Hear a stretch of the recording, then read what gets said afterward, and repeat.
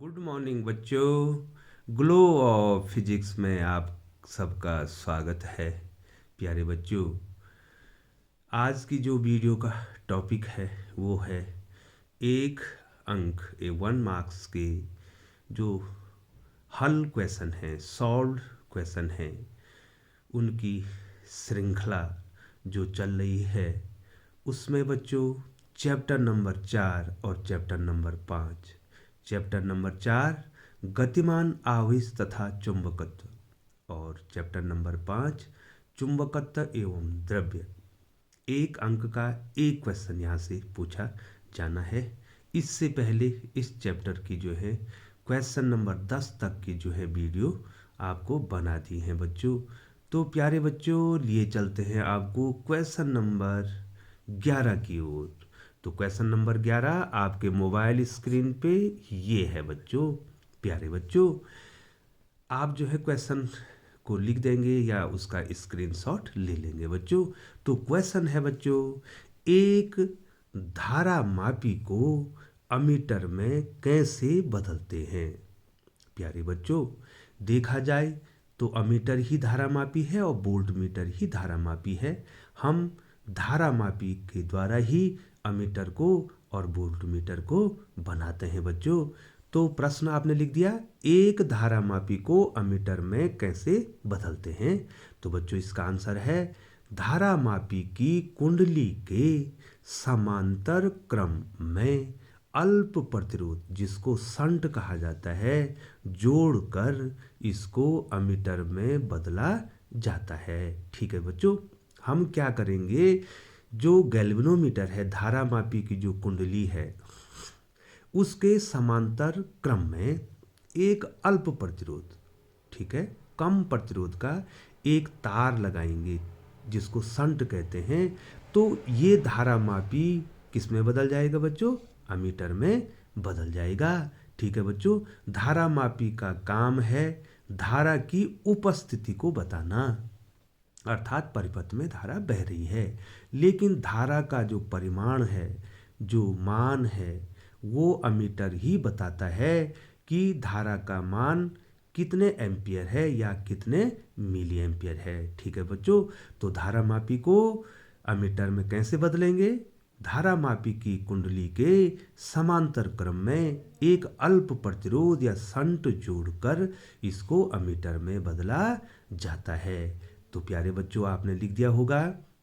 अब लिए चलते हैं आपको क्वेश्चन नंबर 12 की ओर। ठीक है बच्चों, क्वेश्चन नंबर 11 आपने लिख दिया होगा, ये जो है क्वेश्चन नंबर 12 की ओर लिए चलते हैं। तो वही सेम क्वेश्चन, एक धारा मापी को वोल्ट मीटर में कैसे बदलते हैं। ठीक है बच्चों, पहले धारा मापी को अमीटर में बदला था, अब धारा मापी को वोल्ट मीटर में कैसे बदलते हैं, ये क्वेश्चन आपके सामने आ गया है बच्चों। तो प्यारे बच्चों, इसका आंसर है अब धारा मापी की कुंडली के श्रेणी क्रम में, पहले समांतर क्रम में जोड़ा था, अब श्रेणी क्रम में उच्च प्रतिरोध जोड़ना है बच्चों। ठीक है, उस उच्च प्रतिरोध को क्या कहेंगे, शंट कहेंगे। उच्च प्रतिरोध जोड़कर इसको वोल्ट मीटर में बदला जाता है। तो बच्चों, हमने क्या कहा, धारा मापी की कुंडली के श्रेणी क्रम में आपको क्या जोड़ना है, उच्च प्रतिरोध जोड़ना है। तो धारा मापी वोल्ट मीटर में बदल जाएगा बच्चों। तो प्यारे बच्चों, आपने लिख दिया होगा।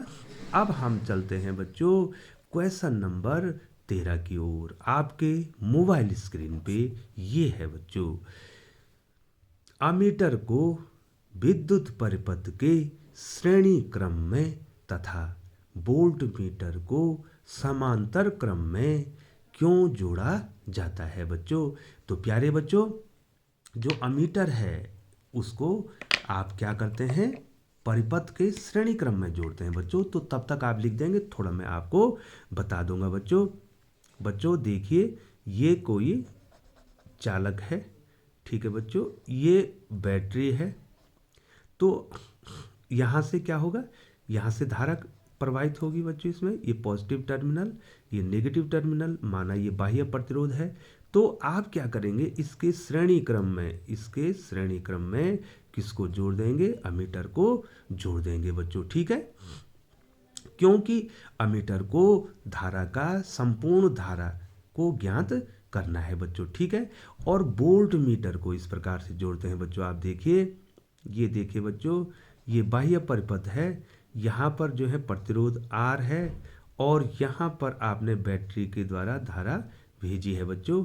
तो वोल्ट मीटर ने क्या करना है, इस चालक के सिरों का विभवांतर ज्ञात करना है, इसलिए इसको किस क्रम में जोड़ा जाता है बच्चों, समांतर क्रम में जोड़ा जाता है। तो बच्चों लिए चलते हैं, आपने क्वेश्चन लिख दिया होगा। अब हम आपको इसको पूरा डिफाइन करते हैं बच्चों। अमीटर को परिपथ के श्रेणी क्रम में इसलिए जोड़ा जाता है ताकि संपूर्ण धारा इसमें से प्रवाहित हो सके। ये देखो बच्चों, श्रेणी क्रम में इसे जोड़कर ये धारा आएगी तो पूरी धारा जो है कहाँ जाएगी, अमीटर में जाएगी बच्चों। लेकिन वोल्ट मीटर परिपथ के दो बिंदुओं के बीच का विभवांतर मापने में प्रयुक्त होता है।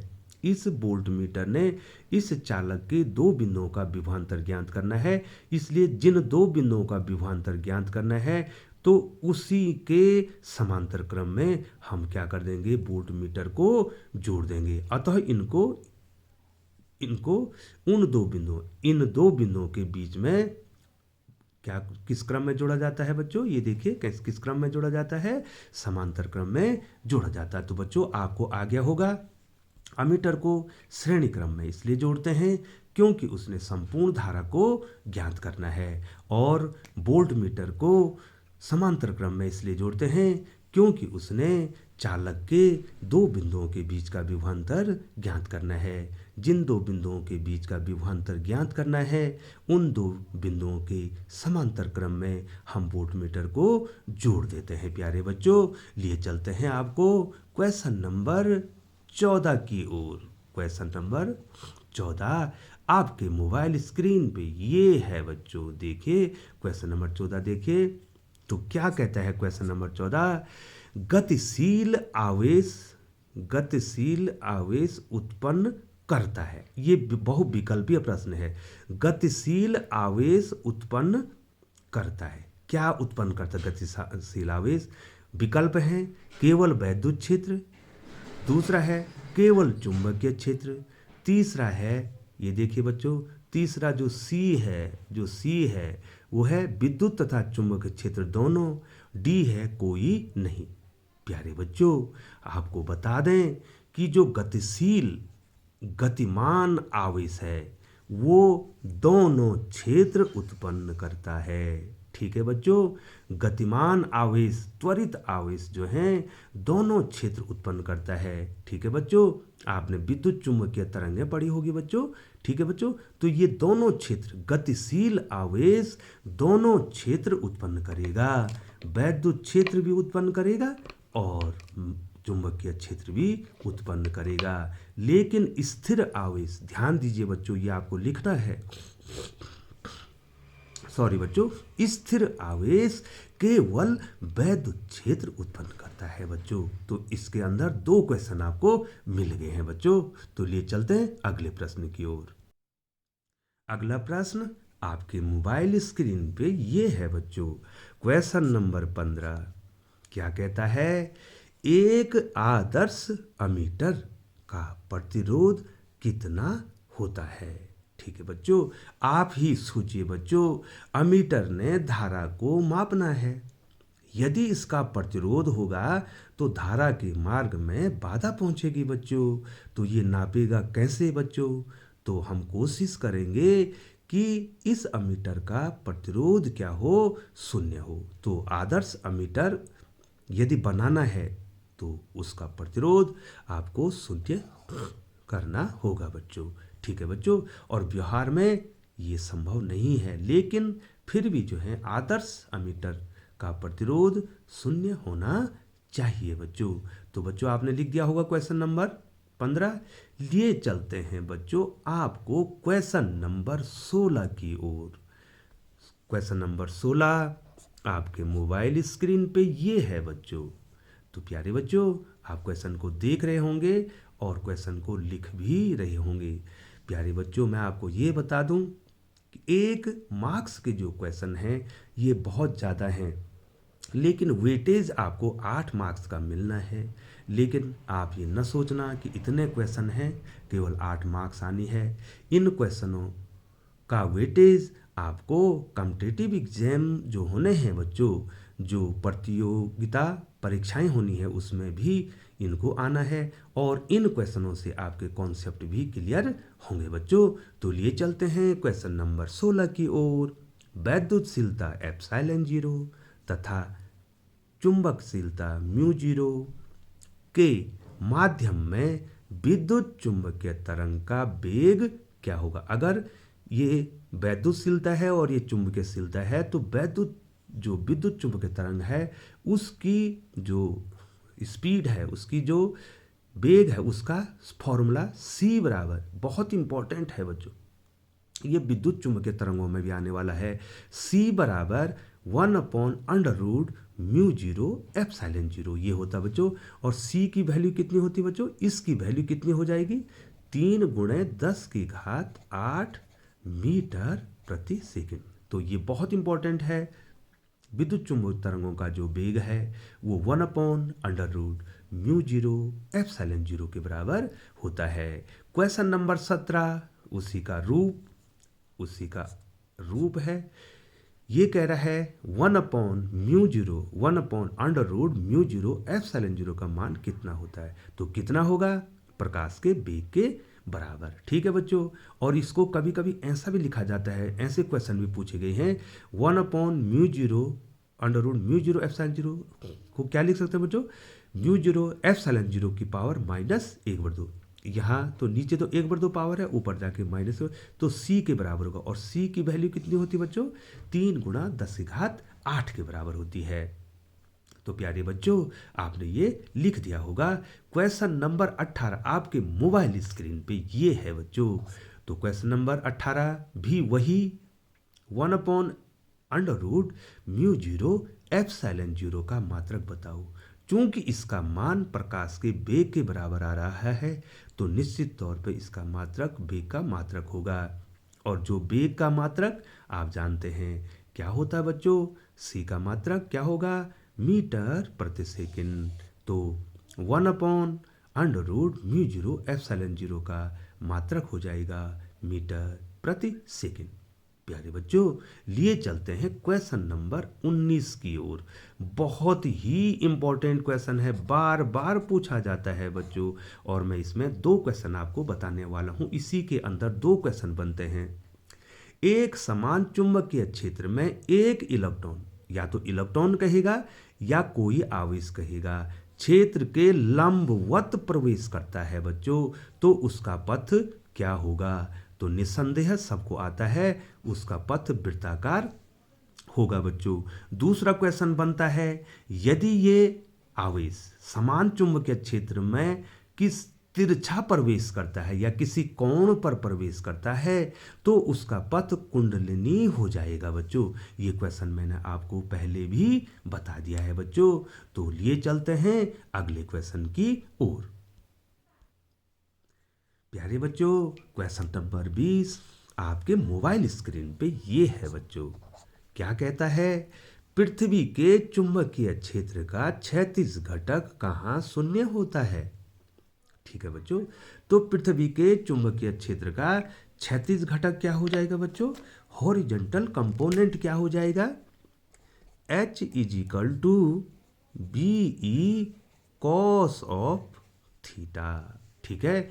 तो चुंबकीय ध्रुवों पे हॉरिजॉन्टल कंपोनेंट अर्थात क्षैतिज घटक क्या हो जाएगा, शून्य हो जाएगा बच्चों। तो कॉस के किस एंगल का मान शून्य होगा बच्चों, cos 90। यदि यहाँ पर क्या हो जाए, नति कोण कितना हो जाए, 90 डिग्री हो जाए, तो cos 90 का मान 0 हो जाएगा और ये आपका क्षैतिज घटक शून्य हो जाएगा।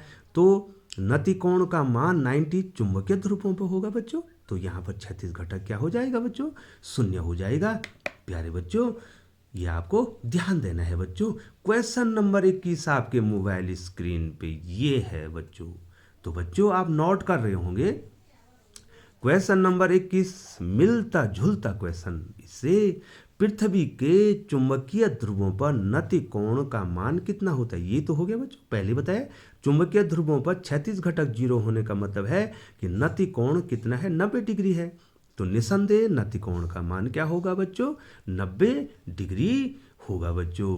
क्वेश्चन नंबर 22 आपके मोबाइल स्क्रीन पे ये है बच्चों, ये न्यूमेरिकल है बच्चों और पूछा जाता है 1 नंबर 2 नंबर में। किसी स्थान पर पृथ्वी के चुंबकीय क्षेत्र के क्षैतिज व ऊर्ध्व घटक बराबर हैं। बहुत ही महत्वपूर्ण प्रश्न है। दोनों घटक बराबर हैं। कोई स्थान पृथ्वी पर ऐसा है जहां पर क्षैतिज और ऊर्ध्वाधर घटक बराबर हैं, उस स्थान पर नति कोण कितना होगा बच्चों? तो प्यारे बच्चों देख लीजिए, एच और भी बराबर, ठीक है बच्चों। एच बराबर होता है बीई कॉस थीटा, भी बराबर होता है बीई साइन थीटा। टेन निकालने के लिए हम भी और एच को डिवाइड कर देंगे। टेन थीटा बराबर भी अपॉन एच। ये एच भी के बराबर है तो भी बटे भी, दैट इज 1। प्यारे बच्चों आपको आता है ना किस कोण का मान, टेन के किस कोण का मान 1 होता है? 45। ये देखो टेन थीटा बराबर टेन 45, टेन हटा देंगे तो थीटा बराबर कितना आ गया बच्चों? 45। अर्थात जिस स्थान पर दोनों घटक बराबर हैं, क्षैतिज और ऊर्ध्वाधर घटक बराबर हैं, वहां पर नति कोण का मान 45 डिग्री होगा। क्वेश्चन नंबर 23 आपके मोबाइल स्क्रीन पे ये क्वेश्चन न्यूमेरिकल के रूप में है। किसी स्थान पर पृथ्वी के चुंबकीय क्षेत्र का ऊर्ध्वाधर घटक माने भी क्षैतिज घटक का वर्गमूल 3 गुना है। कितना गुना है? वर्गमूल 3 गुना है। उस स्थान पर नति कोण बताइए बच्चों। तो ये ऊर्ध्वाधर घटक वर्टिकल कंपोनेंट क्षैतिज घटक का कितना गुना है? वर्गमूल 3 गुना। तो भी बराबर क्या हो जाए? वर्टिकल कंपोनेंट हॉरिजॉन्टल कंपोनेंट का वर्गमूल 3 गुना है, अर्थात भी बराबर √3h। तो टेन थीटा क्या होता है बच्चों? भी बटे एच होता है। तो भी की जगह पर क्या लिख देंगे? √3h लिख देंगे, बटे h लिख देंगे। h से h कैंसिल हो जाएगा, आएगा वर्गमूल 3। टेन के किस कोण का मान वर्गमूल 3 है? 60 का मान है। तो टेन थीटा बराबर क्या हो जाएगा बच्चों? Ten 60, ten ten cancel, theta बराबर 60 डिग्री। ठीक है बच्चों, अगला क्वेश्चन आपके मोबाइल स्क्रीन पे ये है बच्चों। ये देखिए बच्चों, ये परिभाषा ही है, ये डेफिनेशन ही है दिक्पात कोण की। चुंबकीय याम्योत्तर व भौगोलिक याम्योत्तर के बीच के न्यून कोण को क्या कहते हैं? ये दिक्पात कोण की परिभाषा ही है बच्चों। प्यारे बच्चों, ये वीडियो क्वेश्चन नंबर 25 जो इसमें आएगा, अगला क्वेश्चन जो आएगा वो अगली वीडियो में आपको बताया जाएगा। प्यारे बच्चों, आप चैनल पर बने रहें और एक एक मार्क्स के, एक एक अंक के सॉल्व जो क्वेश्चन है उनका आनंद लेते रहिए। तो बहुत बहुत धन्यवाद बच्चों।